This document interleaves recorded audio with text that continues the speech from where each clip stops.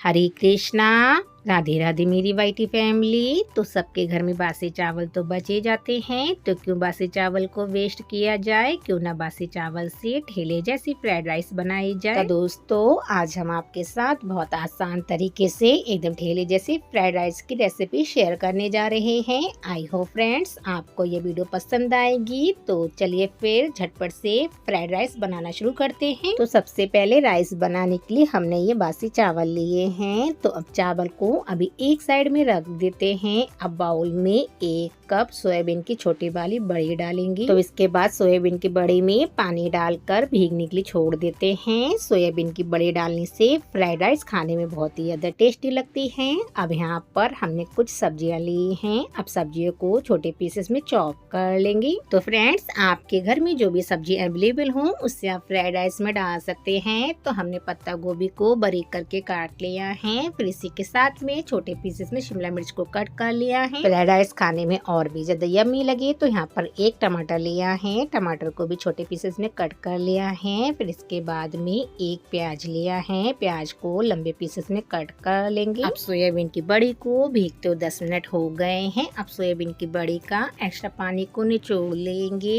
तो फ्रेंड्स आपके यहाँ भी ठेले पर फ्राइड राइस में सोयाबीन की बड़ी पड़ी होती है या नहीं, प्लीज हमें कमेंट्स में बताना। हमारे यहाँ तो फ्राइड राइस सोयाबीन वाली ही मिलती है। अब फ्राई पैन में 2 बड़े चम्मच रिफाइंड ऑयल डालेंगे। रिफाइंड ऑयल जब गर्म हो जाएगा फिर इसके बाद में कटे हुए पत्ता गोभी डालेंगे। पत्ता गोभी को हल्का सा सौते करेंगे। फिर इसी के साथ में कटा हुआ प्याज डालेंगे। प्याज को भी 1 से 2 मिनट तक भून लेंगे।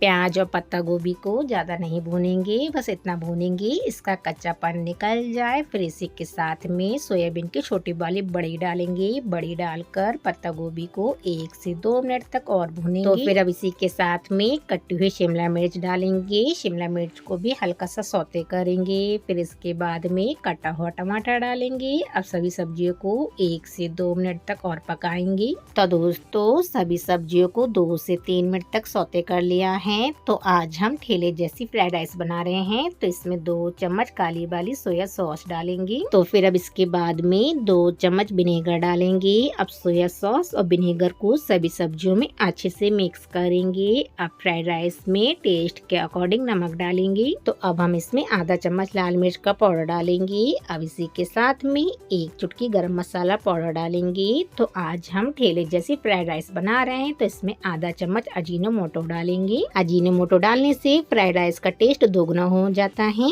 अगर आपके पास हो तो डाल सकते हैं, नहीं हो तो आप अजीनोमोटो को स्किप भी कर सकते हैं। सभी मसाले को सब्जियों में अच्छे से मिक्स कर लिया है। अब हमने जो बासी चावल लिए थे उसे कढ़ाई में डाल देंगे। अब सभी सब्जियों में चावल को मिक्स करेंगे। तो दोस्तों सिर्फ 5 से 10 मिनट में एकदम ठेले जैसे आप फ्राइड राइस को घर में ही बनाकर खा सकते हैं। अगर आपके घर में भी बासी चावल बच जाते हैं तो एक बार आप हमारे तरीके से घर में जरूर फ्राइड राइस को बना के देखिएगा। खाने में तो बहुत ही ज्यादा टेस्टी लगती है। गर्मा गर्म फ्राइड राइस को बाउल में सर्व करेंगे। गरम गरम फ्राइड राइस खाने में बहुत ही ज्यादा टेस्टी लगती है। अब आप फ्राइड राइस वो खुद ही देख लीजिए, बनी है ना एकदम ठेले जैसी फ्राइड राइस। फ्राइड राइस के साथ हमने मोमोज की चटनी बनाई है। तो लीजिए फ्राइड राइस खाने के बिल्कुल रेडी है। गर्मा गर्म फ्राइड राइस को खा के एंजॉय कीजिएगा। आप फ्राइड राइस को बच्चों के टिफिन में या सुबह शाम की हल्की फुल्की भूख में किसी भी टाइम आप इस तरीके से फ्राइड राइस को बनाकर खा सकते हैं। तो चलिए फिर अब हम आपसे नेक्स्ट रेसिपी मिलते हैं। जब तक के लिए बाय।